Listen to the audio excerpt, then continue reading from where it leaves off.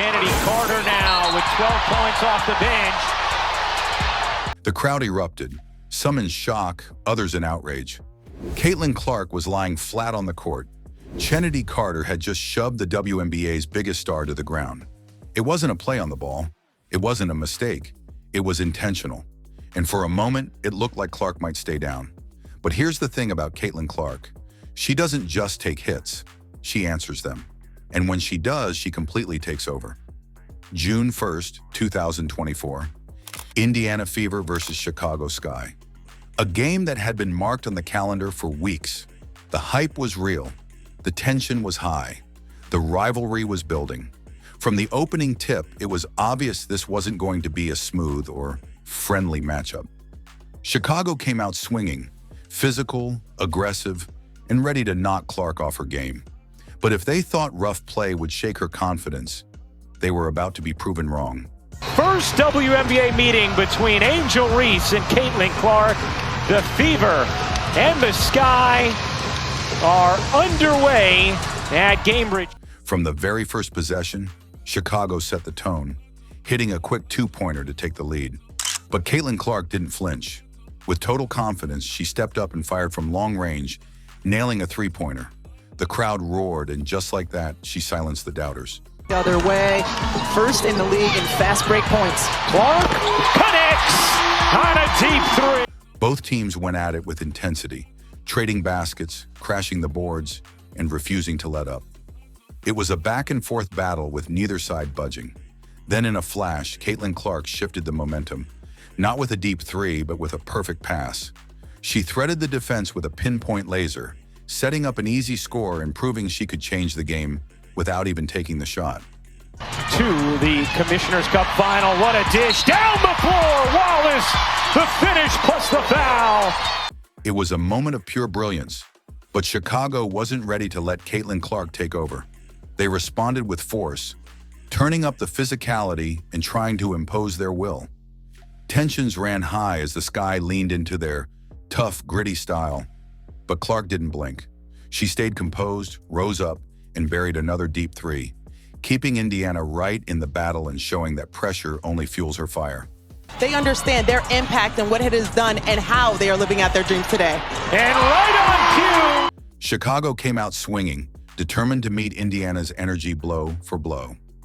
But as the buzzer sounded to end the first quarter, it was the Fever who held a narrow two-point edge, a clear message that they weren't going to be intimidated. When the second quarter began, Caitlin Clark wasted no time asserting herself. With incredible court vision, she delivered a perfectly timed laser pass that led to an easy basket, keeping Indiana in the driver's seat and proving she was still running the show. Case and have allowed too much dribble penetration. Well, and it allows them, oh, what a dime. My goodness, the pass from Clark. The momentum had clearly swung in Indiana's favor, and they weren't about to let it slip. With the lead in hand, the Fever tightened up on defense, contesting every shot and scrapping for every rebound. But their laser focus on protecting the rim came at a cost. It made their defense predictable. Sensing the opportunity, Kennedy Carter seized her moment. With quick cuts and fearless drives, she picked apart the Fever's scheme, slipping through gaps and sparking a run that reminded everyone. This game was far from over. Reese working Boston. 6 to shoot. Carter flips it up and in. Kennedy Carter just so difficult. Chicago stood its ground as the intensity escalated, refusing to let Indiana pull away. Every possession felt like a heavyweight exchange, tough, gritty, and unrelenting. Here is Evans, the former Louisville star, out to Carter. Her three, off the mark, long board. Wallace to get ahead. Mitchell to the cup. The tension in the arena was electric. Every dribble, every screen, every shot was charged with meaning. Neither team would break, and neither would bend. As the second quarter came to a close, it was clear this wasn't just a game. It was a war of wills. If either side wanted the win, they'd have to fight for every inch. From downtown has missed her last 5. Carter just blurs by Clark, who didn't turn around, and an easy 2 for Kennedy Carter. The intensity surged as the Indiana Fever fought tooth and nail to hold on to their lead. Boston, mid-range fake, the pull-up, short, the follow, no. Another chance, won't go for Boston. Loose ball, this time, It was a fierce battle. Bodies flying, emotions running high. Then in a flash, it happened. With just 15 seconds left in the quarter, Kennedy Carter took control. She dribbled with purpose, exploded toward the rim, and nailed the shot. The crowd erupted, sensing a momentum shift. But Carter wasn't done. As the cheers echoed, she turned toward Caitlin Clark and with no hesitation, delivered a brutal shove that sent the rookie crashing to the floor. No play on the ball, no disguise, just pure, unfiltered intent. The arena gasped. Some fans were stunned, others furious. But one thing was clear. Carter wasn't just trying to score. She was sending a message. Mabry doubled off to Carter. Her jumper is good. Kennedy Carter now with 12 points off the bench. Her and Clark.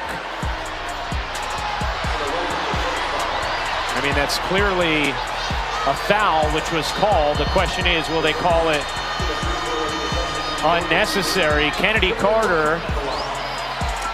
The arena erupted as Caitlin Clark hit the floor, hard. She didn't even have the ball. The crowd buzzed with disbelief, and the tension hit a boiling point. One, and Clark goes to the line and hits the first. As the buzzer rang, the scoreboard read, Chicago Sky 49, Indiana Fever 54.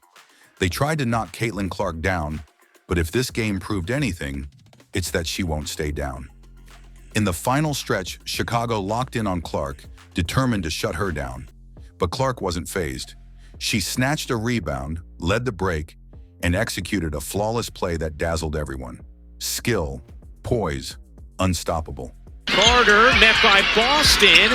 Williams bricks it. Clark another rebound. Tosses ahead. Wheeler extra feed. Oh, that was pretty. The ball swished through the net, but Chicago answered right back, drawing a foul. Indiana got the fast break bucket and the bonus free throw to go with it. The three-point play. The fast break or the... The scoreboard read 57-64, with Indiana still holding the lead, but Chicago wouldn't go away. The battle escalated. Defenses locked in, offenses pushed harder, and the whistles came fast as refs tried to keep order. Through the physicality, the pressure, the chaos, Caitlin Clark stood firm. She sliced through the defense and buried another clutch shot. Guarded by Evans. Clark. 6 to shoot. Backing down. Clark leans in and banks it home. An astute and composed. By that time, Caitlin Clark had tallied 11 points, 8 rebounds, and 6 assists. But Chicago wasn't done. Kennedy Carter answered back. Kicking out, Carter a three is good. Kennedy Carter is... The momentum swung again as Chicago launched a desperate push for a three. In the chaos, Angel Reese blatantly sent Caitlin Clark crashing to the ground. But somehow, the whistle never came. Opportunity here for Chicago. Here is Carter. Kicking it out. Evans fakes the three, takes the two, and knocks it down. A lot of contact from Reese on Clark underneath. No whistle, no call, just shock and disbelief echoing through the arena. As the game raged on, the clock bled down to the final 20 seconds. Indiana clung to a razor-thin lead, the tension thick enough to cut with a knife. Desperation set in. Every player on the court was scrambling, lunging, reaching, doing anything to make a stop. Mabry down 2. Mabry loses the handle and a foul is called. The crowd held its breath. This was Chicago's chance to tie the game. The tension was unbearable, but Ma stepped up and missed. Timeout, continue to communicate with her with what she wants. Mabry misses. The arena exploded as Clark launched the ball skyward just as the buzzer rang, sealing the game. Into the backcourt for Wheeler. Someone's got to get to her. They can't. Wheeler trying to waste the clock. Up to Clark. Clark throws it up in the air. And Indiana has its first home win of the season. Indiana Fever had done it, their first home win of the season.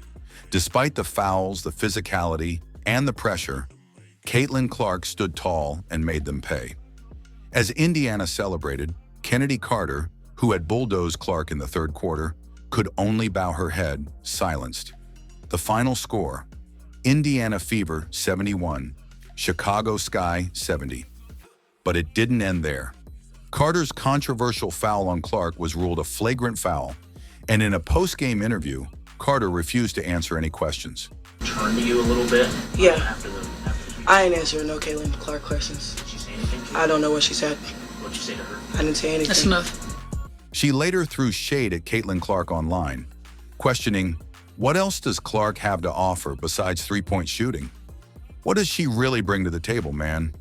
Still, Coach Sides called the foul unacceptable.